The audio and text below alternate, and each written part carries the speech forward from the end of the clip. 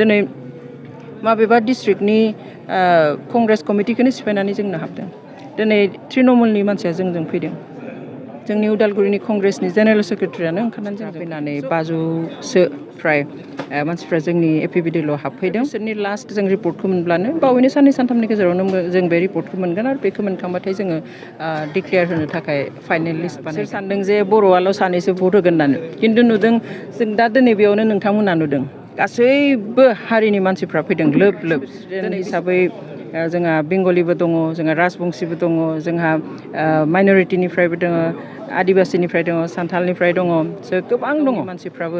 हराव उन्दुब्ला साननो गोनां जायो गाबोन आंनि न'आव नटिस फैगोन नामा गाबोन सोरनि गामियाव नटिस फैगोन जालांबाय बिनि उनावहाय जोंनि पावार फांसनफ्रा कार्टेल जालांबाय थादों एसे एसे दानख्लाबलांबाय थादों आरो बेबायदि दानख्लाब जोंथ' माने दा गिनाय मोन्दों जे 6 शेड्युलनि जिथु केरेक्टारिस्टिक आरो फांसन्सफोर दंमोन पावार्सफोर दंमोन बेफोरखौ कार्टेल खालामनानै उनाव जुदि सेटेलाइट काउन्सिल होननानै बुंनानै होयो गसाइगाव डिस्ट्रिक्टनि सिङाव थानाय बे सराइबिलनि जिथु नब्लां बेवहाय वर्कार्स मिट लादोंमोन आरो बे वर्कार्स मिटआवनो गुबुन गुबुन जायगानिफ्राय बे डिस्ट्रिक्टनिफ्राय फैनानै गुबुन गुबुन हारिनि रावारि मानसिफ्रा फैनानै 500सो फ्राय मानसिफ्रा जोंनि एपिबिडिएलआव हाबफैदों जोंनि वर्कार्सफ्रा जोबोद थुलुंगा मोन्दों जोंबो थुलुंगा मोन्दों आरो बेजोंनो जोङो उननि जोंनि हाबाफारिफोरखौ मावलांनो हागोन होननानै सानो आरो वर्कार्सफ्राबो फ्राय 700-800सो वर्कार्सफोर ज' जादों मावथिफोर आरो प्रग्रामा मोजां जोबलांबाय जों होथ'वाखै जोंहाबो गोबां बिजाथिफोरनिफ्राय जोङो एप्लिकेसन मोन्दों आरो गोबाङावनो जोङो 2-3 केन्डिडेटबो मोन्दों मोनसे समस्थियावनो जोङो डिस्ट्रिक्टफोरनिफ्राय रिपर्टखौ लाबाय खनसे दा जोङो इनचार्जफोर एपइन्ट खालामनानै थिनहरदों गासिबो डिस्ट्रिक्टआवहाय बिथांमोना डिस्ट्रिक्ट ब्लक आरो प्राइमारिफोराव हाबनानैहाय फिल्डफोरखौ नायगोन माबादि जानानै दङ ओमफ्राय बिसोरनि लास्ट जों रिपर्टखौ मोनब्लानो बावैनो 2-3 गेजेरावनो जों बे रिपर्टखौ मोनगोन आरो बेखौ मोनखांबाथाय जोङो डिक्लेयार होनो थाखाय फाइनेल लिस्ट बानायगोन जोंथ' ओरैबादि मोन्दों माने गोबाङा साननो हागौ जोंजों जायफ्रा गैया बिसोर सानदों जे बर'आल' सानैसो भट होगोन होननानै खिन्थु नुदों जों दा दिनै बेयावनो नोंथांमोना नुदों गासैबो हारिनि मानसिफ्रा फैदों लोब लोब दिनै बेसेबां गुबुन हारिनि बेवहाय जइन जादों बिथांमोननि जिथु माने पलिटिकेल कनसियासनेस राजखान्थियारि सांग्रांथि जों मानिनोसो गोनां माने बिथांमोना खोब एलार्ट गुबुन हारिफ्रा जोंनियाबो एलार्ट थेवब्लाबो जों सानो बिसोरखौ माने सोरबाया ओरैनो मानसि नायनानै होयो होननानै खिन्थु बिसोर बिराद सानै हयै थांखि लायो ओंखाय जोङो जोबोद मोजां मोन्दों जे बिथांमोना इसेबां थाबै जोंखौ बरायनानै लादों लोब लोब फैदों खामानि मावफैदों जोंनि सेन्ट्रेलावबो जोंहा भाइस प्रेसिडेन्ट हिसाबै जोंहा बेंगलिबो दङ जोंहा राजबंशिबो दङ जोंहा माइनरिटिनिफ्रायबो दङ आदिबासिनिफ्राय दङ सान्थालनिफ्राय दङ गोबां दङ आरो बेबादि गासैबो डिस्ट्रिक्टआवबो समान ओमफ्राय ब्लकफोरावबो खालि जि कमिटि दादों बेवहाय गासैबो हारिनि समान मानसिनि अनजिमानि माने बिबान लानाय दङ दा बेखौ जों नायग्रोनोसै माबादि मा जायो थांखिफ्राथ' जोंहा दा जि जों थांखि लादों बेखौनो जोङो मावहैनो नाजागोन जोंहा दिनै 22 बोसोर जालांबाय एकर्ड जानाया बिटिसि मोननाया बेनिफ्राय बे जोंनि थाखाय 6 शेड्युल शासन बेबस्था गावखौ खुंनो मोननायनि मोनसे खुंथाय बेबस्था मोन्दोंमोन खिन्थु जों दिनै गावनि गोसो बादि बे बिटिसि हालामावहाय जोङो जोंनि मथे जोङो माखासे निति बानायनानै लानो हायोमोन जोंनि एसेम्ब्लियावहाय बेफोरखौ जोङो दिदोमहै जोंनि मोनसेबो समस्याखौ समाधान खालामनो हानाय बादि जोङो निति लानाय नुवासै जायनि थाखाय दासिमबो बे 22 बोसोराव जेंनाफ्रा जेंनायैनो थाबाय दिनैबो जोंनि आनखि जोंनि गावनि मानसिफ्राबो हराव उन्दुब्ला साननो गोनां जायो गाबोन आंनि न'आव नटिस फैगोन नामा गाबोन सोरनि गामियाव नटिस फैगोन हानि जाय जोंनि सोमावसारनाय बे 60-70 बोसोर गोलाव सम सोमावसारनायनि जितु माने फिसा मोनसे फिथाइ बे सोमावसारनायाथ' आरो गुबैयै हानि थाखायनो सोमावसारनाय हानि मोन्थाय राजखान्थियारि मोन्थाय जोंनि जारिमिनारि मोन्थाय बेफोरखौ जों दिनै हमथाना लाखिनो हायाखै बेवहाय समस्याफ्रा समाधान जानांगोन आरो सान्थियाबो माने दिदोम जानांगोन जायफ्रा मावसोमबाय नागारसारबाय बिसोरबो उदां जानांगोन जायफ्रा बाहेरायाव दङ गासैबो जिखिनि मोनथाय नांसोमनाया आफादफोरनिल' नङा संगठनफोरनिल' नङा रायजो राजायाबो हयथ' ओरैबायदि गंसे गामि गैया जोंनि बे बिटिसिआव जेराव बे गोलाव सम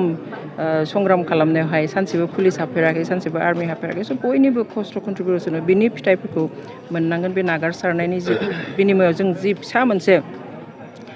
हा मोन्दों जि ओनसोल मोन्दों बेखौ जोङो जोथोनै लाखिनो हानांगोन आरो बयनिख्रुइ गिदिर खोथाया जाबाय जोङो जोंनि इयुन जोलैनो मोनसे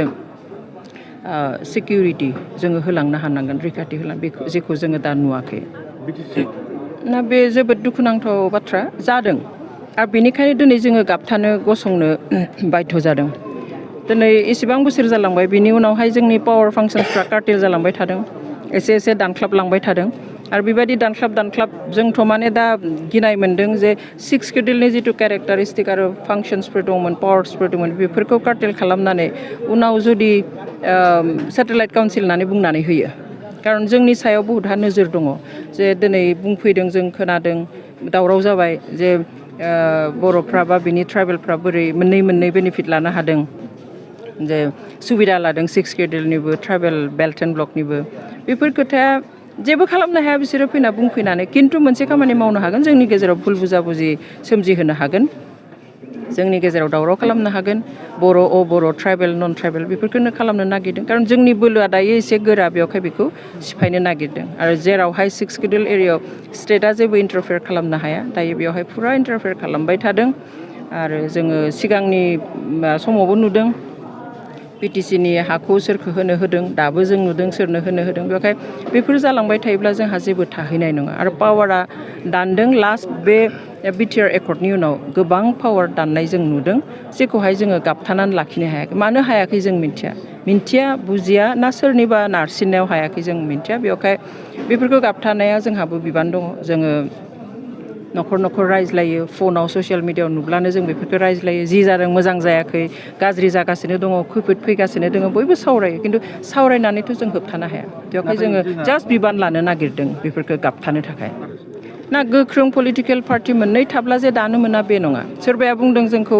बिपिएफनि बि टिम सोरबाया बुंदों बिजेपिनि फैसा लानानै जोंखौ दादों सोरबाया बुंदों बर'नि भट गावस्रा होनो थाखाय दादों बेफोर बोरै जानो हानो सोरनिबा आइडिय'लजि लानानै जों गसंनो हागोन नामा बेखौथ' एसे बुजिनांगौ खिन्थु बुंनांगौखायनो अपोजिसनखायनो बुंनांगौ समालोचना खालामनांगौ बेबायदिथ' जानो हाया दिनै स्ट्रं पार्टि मोननै थायोब्ला बा मोनथाम थाखायोब्ला गुबुन मोनसे दानो हाया होननाय खोथा गैया दिनै बे पार्टि मोननैया बिपिएफ आरो इउपिपिएलआ दिनै 22 बोसोर जाबाय मोननैबो सानसेयावनो जोनोम जानाय पार्टि बेयो गावस्रालायनानैसो गुबुन नाम लानाय बिपिपिएफ हिसाबै दादोंमोन बिनि उनाव गावस्रालायनानै बिपिएफ जाबाय बिपिपिएफआ बोसोरबा थाबाय बिनि उनाव पिसिडिआर जाबाय बिनि उनाव पिपि ना मा जाबाय बिनि उनाव पिपिएल जाबाय स' बैसोआ समान थ' बे 22 बोसोराव हयथ' सोरबाया आंगायदों अपसन नागिरदों अल्टारनेटिभ नागिरदों बेनिखायनो जों बे अपसनखौ होदों दिनै जों बोरै बोखावनो खारन बे मोननैखौ आंगारनानै दिनै जोंनि मानसिफ्रा कंग्रेसाव हाबदों खारन गुबुन अपसन गैया सोरबाया तृणमुल कंग्रेसावबो हाबदों गुबुन अपसन गैया सोरबाया आप बादियाव हाबदों आरो रिसेन्टलि लास्टलि जों नुदों जे बिजेपियाव बिराद ज' थांदों जोंनि मानसिफ्रा बेवहाय दा नैबे अपसनखौ मोननायखाय दा जों लाखिनोसो हादों जोंनि मानसिफोरखौ दिनै आप दङमोन बेवहाय बे आप बिटिसिआव थानाय आप कमिटिखौनो सिफायनानै दिनै अल्टारनेटिभ पार्टिजों हाबजोबदों दिनै माबेबा डिस्ट्रिक्टनि कंग्रेस कमिटिखौनो सिफायनानै जोंनो हाबदों दिनै तृणमुलनि मानसिया जोंजों फैदों जोंनि उदालगुरिनि कंग्रेसनि जेनेरेल सेक्रेटारियानो ओंखारनानै जोंजों फैदों स' जों लाखिनो हादों आरो बिजेपियाव थांनानै थाहैनायफ्रा जोंनियाव फैदों इउपिपिएलआव सोरबा आंगायदों गुबुनाव थांनो नागिरदोंमोन बे जोंजों फैदों स' जों हमथानानैसो लाखिदों बेवहाय बेखौ सोरबाया मा नोजोरजों नायनानै मा बुङो बेखौथ' जोंहा हमथानो थाखाय जेबो गोहो गैया